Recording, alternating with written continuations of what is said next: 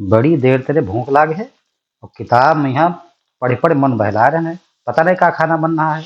पूछे देखे का बन रहा है। आज का बन रहा है। सकपहिता। तुमका बताए दीद हम रोज सकपहिता, आज सकपहिता, काले सकपहिता। पूछो का बना है सकपहिता। आज महीना भरे तेरे जब ते साड़ जाड़ शुरू हुआ है सकपहिता ही खा रहे हैं। लेकिन कुछ कह नहीं सके थे। उनके पसंद है सकपहिता तो काल सकपहिता, आज सकपहिता, परस सकपहिता, उसके बाद काली सकपहिता मिले। हम तो बिल्ला ही नहीं सकपहिता तेने। भगवान कब जाड़ गई और कभी सकपहिता तेने जू छू। मीट लाओ, पलाकी लाओ, बथुई लाओ, काटो पीटो सकपहिता बनो। बड़ी नीक सब्जी। बाकी भैया जौन बनी तौन खाबे करियो। अभी और घंटा भर हमको लगत पढ़ाई करी क्योंकि पढ़ाई का है भूखन बारे में कुछ समझ में नहीं आ रहा है। काय में समझ भाई। जब पेटे में लागे भूख तो भैया अच्छा नहीं दिखाई पड़ी है। लेकिन जब खाना मिली भैया खाई हो तब है।